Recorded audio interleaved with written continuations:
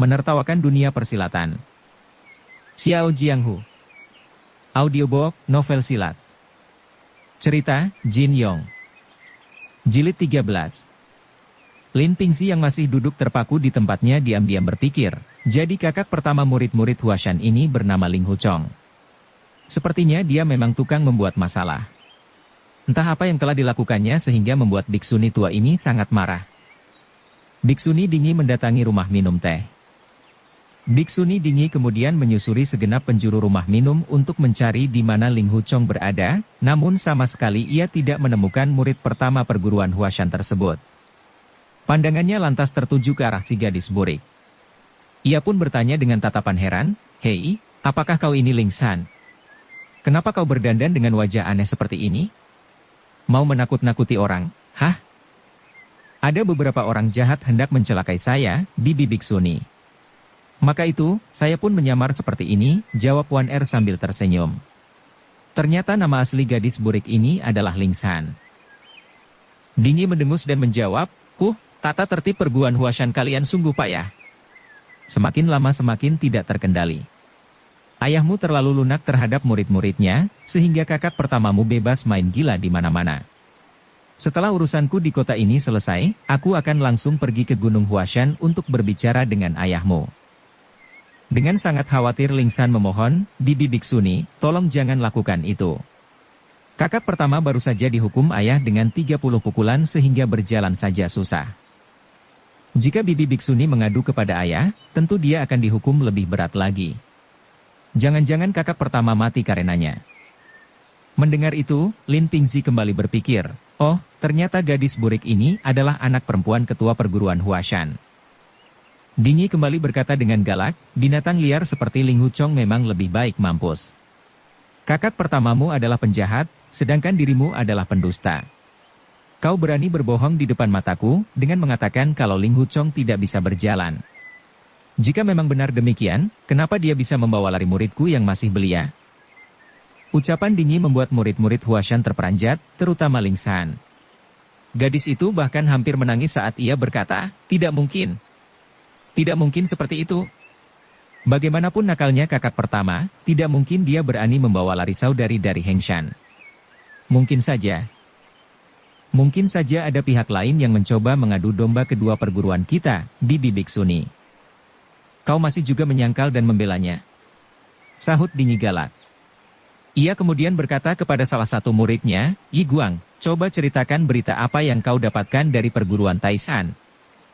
Seorang biksuni setengah tua yang bernama Yi Guang itu pun maju dan menjawab, "Saudara-saudara dari Taisan bercerita bahwa Paman Pendeta Tian Song melihat saudara Ling Hu bersama adik Yilin duduk bersama di sebuah rumah arak di kota Hengyang. Rumah arak tersebut bernama Rumah Minum Pemabuk Dewa. Sepertinya adik Yilin telah ditangkap dan dipaksa minum arak bersama-sama. Konon adik Yilin sangat ketakutan. Tidak hanya itu, di samping mereka juga ada seorang lagi, yaitu seorang penjahat cabul bernama Tian Boguang." "Tian Boguang," seru murid-murid Huashan bersama-sama begitu mendengar nama ini disebut. Dingi sudah mendengar cerita ini sebelumnya, dan kini ia semakin marah setelah mendengarnya lagi. Sekali tangannya memukul di atas meja, seketika mangkuk-mangkuk pangsit pun terlempar dan berjatuhan di lantai. Murid-murid Huashan tampak malu dan bingung. Ling San tak kuasa menahan sedih, air matanya pun berlinang membasahi pipi. Mereka pasti berbohong, atau Paman Tian Song salah mengenali orang, ujarnya dengan nada gemetar. "Kita semua mengenal siapa Pendeta Tian Song. Mana mungkin dia salah mengenali orang," sahut Dingi gusar. "Binatang bernama Ling Huchong telah terjerumus ke dalam lumpur hina karena bergaul dengan penjahat busuk bernama Tian Boguang. Meskipun guru kalian tidak peduli dengan hal ini atau mungkin membelanya, tetap saja aku akan memenggal kepala kakak pertama kalian itu jika nanti bertemu. Si bajingan Tian Boguang yang berjuluk si pengelana tunggal Selaksali itu seorang manusia cabul yang meresahkan banyak orang. Aku, biksuni tua tidak takut kepadanya. Begitu mendengar Tian Boguang dan Ling Huchong menculik muridku, aku segera mencarinya. Tapi sampai sekarang aku masih juga belum menemukan mereka." Begitu sedih dan gusar hatinya sehingga suara biksuni tua ini terdengar serak. Ia lantas berkata gemas sambil menghentakkan kaki, Yilin, Kasihan anak itu. Murid-murid Huashan terdiam dengan jantung berdebar kencang. Dalam hati mereka ikut gemas dengan perbuatan sang kakak pertama. Ling Huchong menculik Yilin, dan membawa biksuni muda itu minum arak bersama, jelas-jelas perbuatan memalukan. Lebih-lebih, ia juga bergaul dengan penjahat cabul bernama Tian Boguang yang sangat terkenal. Setelah terdiam agak lama, Lao Denuo lantas berkata, "Bibi biksuni, mungkin pertemuan kakak Linghu dengan Tian Boguang hanya kebetulan belaka. Selama beberapa hari ini dia memang sedang banyak-banyaknya minum. Mungkin pengaruh arak membuatnya linglung sehingga sukar mengenali orang." "Arak adalah minuman keji yang merenggut kesadaran manusia," sahut Dingi menukas. "Sebagai manusia dewasa, kenapa dia tidak bisa membedakan mana yang baik, mana yang buruk?" "Bibi biksuni benar," lanjut Lao Denuo tanpa berani membantah. "Entah di mana kakak pertama berada saat ini. Biarlah kami yang pergi untuk mencari dan menegur perbuatannya yang tidak pantas itu. Biarlah kami yang lebih dulu meminta maaf kepada Bibi biksuni atas kenakalan kakak pertama. Selanjutnya, kami akan mengadukan ini semua kepada guru, biar kakak pertama mendapat hukuman berat." Aku tidak peduli dengan kakak pertamamu," seru Dingi galak. Tiba-tiba tangannya bergerak cepat meraih lengan Ling San. Gadis berwajah burik itu merasa lengannya seperti dijepit batangan besi. "Ah, Bibi biksuni," sahutnya kesakitan dengan suara gemetar. Dingi tidak peduli dan berkata kasar, "Pihak kalian telah menculik muridku, maka sebagai gantinya, aku menculik murid perempuan perguruan kalian. Nanti jika Yilin sudah kembali padaku, maka Ling San akan kubebaskan." Tanpa ampun, biksuni tua itu pun menyeret si gadis burik berjalan keluar rumah minum. Lao Denuo dan Liang Fa segera melompat untuk menghadang biksuni Dingi. Lao Denuo buru-buru memberi hormat sambil berkata, "Bibi biksuni pantas jika marah kepada kakak pertama. Akan tetapi, semua perbuatan kakak pertama tidak ada sangkut pautnya dengan adik kecil kami. Mohon Bibi biksuni menaruh belas kasihan." "Baiklah, ini yang kalian minta," jawab Dingi sambil melayangkan pukulan menggunakan tangan kanannya ke arah kedua murid Huashan tersebut. Seketika Lao Denuo dan Liang Fa merasakan hembusan tenaga dalam yang teramat besar, membuat tubuh mereka terlempar ke belakang. Lao Denuo terdorong sampai menabrak pecah daun pintu rumah minum, sementara Liang Fa terlempar ke arah bejana pangsit yang berisi air mendidih. Dapat dibayangkan, sebentar lagi pria bertubuh jangkung itu akan menabrak bejana tersebut, dan kulitnya pasti akan melepuh tersiram air kuah yang sangat panas. Tiba-tiba Liang Fa merasa punggungnya ditangkap oleh suatu kekuatan sehingga ia pun bisa berdiri di tanah dengan selamat. Rupanya sang penolong ini tidak lain adalah kakek tua penjual pangsit itu sendiri. Biksuni Dingi terkejut dan menoleh ke arah penjual pangsit dengan pandangan tajam. "Oh, ternyata kau orangnya," ujarnya setengah tak percaya. "Benar, memang akulah orangnya," jawab si penjual pangsit sambil tersenyum. "Kau ini memang seorang biksuni yang mudah marah." "Bukan urusanmu," sahut Dingi ketus. Pada saat itulah datang dua orang laki-laki memakai mantel hujan dan memegang payung kertas di tangan kanan, serta lampu kerudung di tangan kiri. Salah satu dari mereka berseru, "Apakah kami sedang berhadapan dengan biksuni Dingi yang mulia dari perguruan Hengshan?" "Ah, kalian terlalu berlebihan. Aku tidak pantas menerimanya," sahut Dingi menanggapi. "Aku memang biksuni Dingi dari perguruan Hengshan." "Lantas, siapa saudara berdua ini?"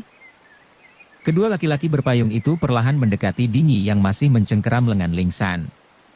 Lampu kerudung yang mereka bawa tampak bertuliskan tinta merah, berbunyi, "Kediaman Liu." Salah seorang lantas berkata, "Kami berdua diperintah oleh guru untuk menyambut kedatangan Bibi biksuni dan kakak adik dari perguruan Hengshan supaya beristirahat sekadarnya di tempat kami yang sederhana. Andai saja kami mendengar berita kedatangan Bibi biksuni dan rombongan sejak awal, tentu kami segera mengadakan penyambutan yang lebih pantas di gerbang kota Hengshan. Untuk ini, mohon Bibi biksuni sudi memaafkan." "Ah, jangan terlalu banyak adat," jawab Dingi dengan suara sedikit lembut dibanding tadi. "Jadi, kalian ini murid-murid adik Liu?" "Benar sekali," jawab laki-laki itu. "Saya bernama Siang Danian, dan ini adalah adik seperguruan saya, bernama Mi Wei. Terimalah sembah hormat kami, Bibi biksuni." Biksuni Dingi yang senang dipuji merasa puas melihat perlakuan sopan kedua murid Hengshan tersebut. "Baiklah, kami memang hendak mengunjungi kediaman adik Liu. Siang Danian kemudian menoleh ke arah murid-murid Huashan dan bertanya, kalau saudara ini dari perguruan mana? Liang Fa menjawab, kami dari perguruan Huashan. Saya bernama Liang Fa. Oh, rupanya kakak ketiga dari Huashan, sahut Siang Danian gembira. Kami juga mendapat perintah dari guru untuk menyambut kedatangan kakak-kakak sekalian. Selain itu, guru juga menyuruh kami menyambut semua tamu dari berbagai golongan. Hanya saja, tenaga kami sangat terbatas sehingga banyak kekurangan di sana-sini. Untuk itu, mohon maaf yang sebesar-besarnya jika ada yang tidak berkenan di hati terhadap penyambutan kami. Sudilah kiranya saudara sekalian mampir ke tempat kami yang sederhana. Lao Denuo yang sudah bangkit dari jatuh ikut menjawab, sebenarnya kami sedang menunggu kedatangan kakak pertama kami di sini. Nanti bila sudah lengkap, kami akan menuju ke rumah Paman Liu bersama-sama. Ah, yang ini pasti kakak kedua Lao, ujar Siang Danian menoleh ke arah murid Huashan yang berambut putih itu. Guru sering memuji kehebatan dan kegagahan murid-murid Huashan, terutama kakak Linghu yang sangat berbakat dan berkepandaian tinggi. Mengapa saudara-saudara sekalian tidak menunggu kakak Linghu di tempat kami saja? Dalam hati Lao Denuo berpikir, adik kecil berada di tangan bibi Biksuni Dingi. Mau tidak mau kami harus mengikuti ke sana. Baiklah, saudara Siang, jawab Lao Denuo kemudian. Kami akan memenuhi undangan Paman Liu. Mohon maaf bila kami terlalu merepotkan. Ah, kedatangan saudara-saudara dari Huashan merupakan suatu kehormatan bagi kami. Jangan terlalu merendah, jawab Siang Danian. Silakan. Silakan. Apakah kau juga mengundang orang itu? Sahut Dingi sambil menunjuk si kakek penjual pangsit.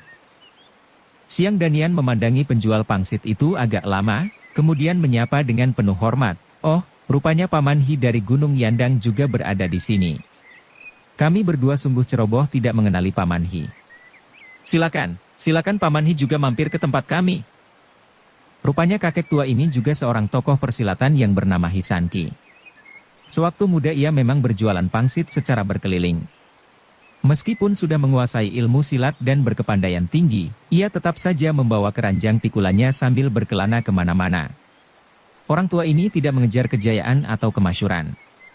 Yang ia lakukan setiap hari hanyalah berdagang pangsit kecil-kecilan tanpa menonjolkan diri. Namun demikian, banyak tokoh persilatan yang menaruh hormat kepadanya. Di dunia ini memang banyak penjual pangsit keliling, namun hanya seorang saja di antara mereka yang menyimpan ilmu silat tinggi, dan dia adalah Hisanki. Baiklah. Aku juga hendak menuju ke tempat guru kalian, jawab Hisanki tersenyum, sambil kemudian mengemasi dagangannya. Melihat itu, Lao Denuo segera memberi hormat, kami dari perguruan Huashan punya mata tapi tidak melihat kehadiran sesepuh Hi di sini. Mohon sesepuh Hi sudi memaafkan.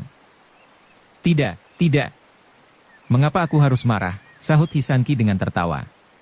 Kalian telah membeli pangsitku, kenapa pula aku harus marah kepada para pelangganku? Satu mangkuk pangsitku seharga 10 keping. Jadi, kalian berhutang kepadaku 90 keping, hahaha. Lao Denuo tertunduk malu, dan tidak menyadari kalau orang tua itu hanya bercanda. Hei, bayar dia segera. Hisanki tidak akan membiarkan kalian makan dengan cuma-cuma, sahut Dingi kemudian. Benar sekali, sahut Hisanki sambil mengangguk. Bisnis adalah bisnis. Bayar pangsitku dengan uang kontan, tidak boleh hutang juga tidak boleh membayar telat.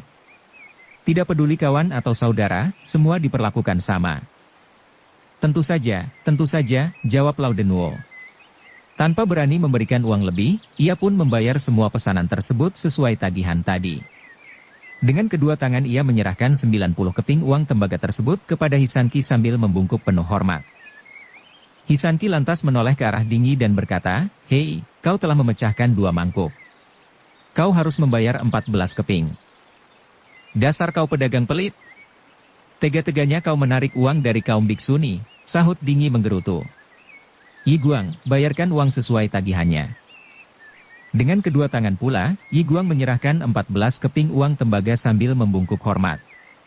Hisanki menerima dan memasukkan semua uangnya itu ke dalam tabung bambu. Setelah memikul keranjang dagangannya, ia pun berkata, mari berangkat. Siang Danian mengangguk, lalu berkata kepada pemilik rumah minum, hitung semuanya, lalu kirimkan tagihan kepada Tuan Majikan Liu. Si pemilik menjawab, kehormatan bagi kami bisa melayani tamu-tamu keluarga Liu. Lupakan saja semua tagihan di kedai teh kami ini. Rupanya Liu Zhengfeng sangat dermawan dan sering menyumbang keuangan para penduduk di kota Hengshan. Itulah sebabnya, si pemilik rumah minum merasa segan melayangkan tagihan tersebut. Lolos dari penjahat cabul. Xiang Danian dan Mi Wei lantas membagi-bagikan payung yang mereka bawa, kemudian mendahului berjalan di depan sebagai penunjuk jalan. Biksuni Dingyi menarik lengan Lingsan, kemudian berjalan bersama Hisanki yang memikul barang dagangannya. Sementara itu, murid-murid Huashan dan Hengshan berjalan di belakang mereka. Diam-diam Lin Pingzi berpikir, sebaiknya aku mengikuti mereka dari jarak yang agak jauh. Siapa tahu aku mendapat berita tentang ayah dan ibu dengan cara menyelinap ke dalam rumah keluarga Liu. Setelah rombongan tersebut membelok di tikungan, Lin Pingzi segera berdiri dan mengikuti dari belakang. Rombongan itu tampak berjalan menuju utara. Karena tidak membawa payung, Lin Pingzi berjalan di pinggir sambil sesekali berteduh di atap rumah penduduk untuk menjaga jarak. Setelah berjalan cukup jauh melewati 3 jalan raya, rombongan itu akhirnya berhenti di depan sebuah gedung yang sangat megah. Tampak di depan pintu gedung terpajang lampion-lampion beraneka warna, serta 10 orang yang masing-masing memegang payung dan lampu kerudung sedang menyambut ramah setiap tamu yang datang. Selain rombongan dari Huashan dan Hengshan, tampak pula tamu-tamu lain berdatangan dari kedua ujung jalan. Lin Pingzi mengumpulkan keberaniannya, untuk kemudian melangkah masuk ke dalam gedung bersamaan dengan masuknya sebuah rombongan yang dipandu seorang murid keluarga Liu. Para murid Hengshan yang bertugas menyambut tamu ternyata menganggapnya sebagai bagian dari rombongan itu dan mempersilakannya masuk dengan ramah. Silakan masuk. Silakan menikmati teh di dalam, sambut mereka. Sesampainya di aula utama, Lin Pingzi menyaksikan banyak sekali meja dan kursi yang ditata rapi. Jumlah tamu yang hadir dan duduk di kursi-kursi itu kurang lebih mencapai 200 orang. Mereka saling bercakap-cakap satu sama lain. Diam-diam Lin Pingzi berpikir, jumlah tamu yang datang sekian banyaknya. Tidak seorang pun dari mereka yang peduli kepadaku. Dengan menyamar seperti ini, aku bisa mengawasi ke sekeliling ruangan ini untuk menemukan orang-orang Qingcheng. Setelah menemukan mereka, tentu aku bisa menemukan ayah dan ibu pula. Pemuda itu lantas mengambil tempat duduk di salah satu meja kecil di sudut ruangan. Segera seorang pelayan membawa nampan datang menghampirinya, untuk kemudian menghidangkan teh, makanan ringan, dan handuk hangat. Lin Pingzi lalu memandang ke segala penjuru ruangan. Ia melihat kelompok murid-murid Hengshan duduk di sebelah kiri balai tersebut, sementara murid-murid Huashan duduk tidak jauh dari mereka. Lingsan juga terlihat berada di antara mereka. Sepertinya Dingyi telah membebaskan gadis burik itu. Namun demikian, Lin Pingzi tidak melihat di mana sang biksuni tua berada, begitu juga Hisanki si penjual pangsit. Kembali Lin Pingzi menyapukan pandangannya. Seketika jantungnya pun berdebar kencang melihat Fang Renzi dan Yuren Hao duduk bersama sekelompok laki-laki yang berseragam sama. Tidak diragukan lagi, mereka ini adalah kelompok murid-murid perguruan Qingcheng. Melihat itu ia pun berpikir, ayah dan ibu di tangan mereka.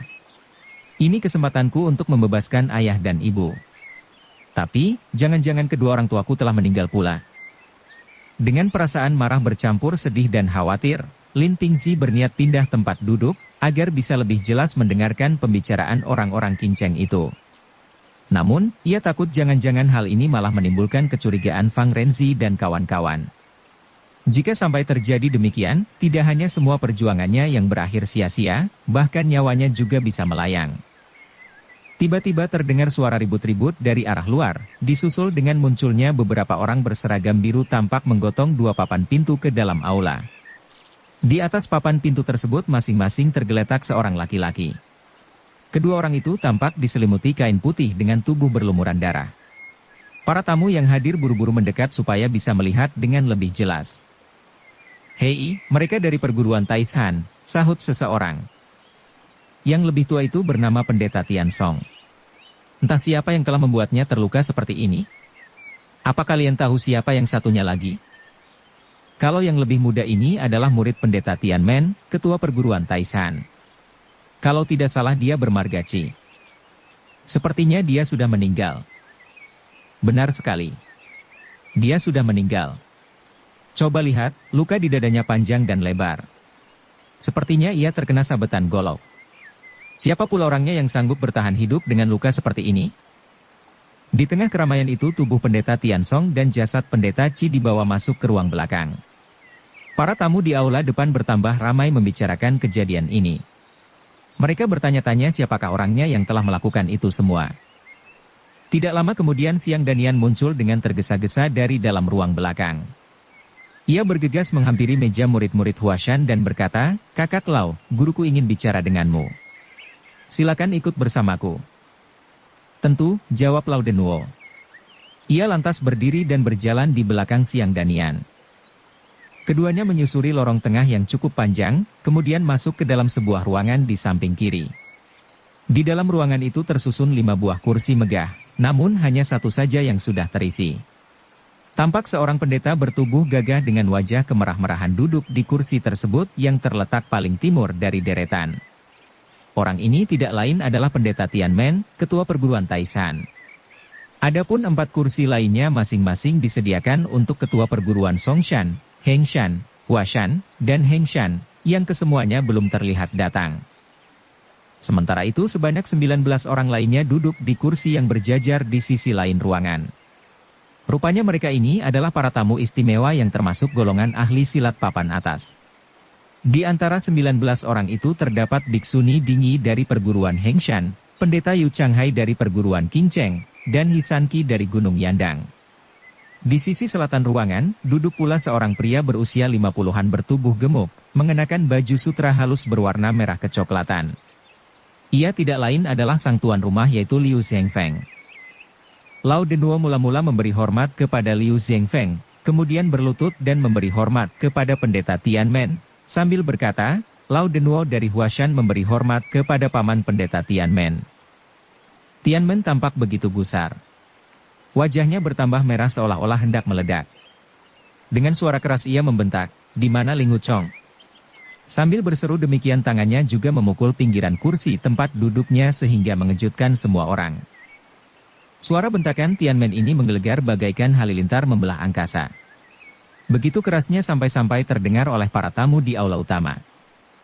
Ling San si gadis burik berkata, "Kakak ketiga, sepertinya mereka kembali mencari kakak pertama."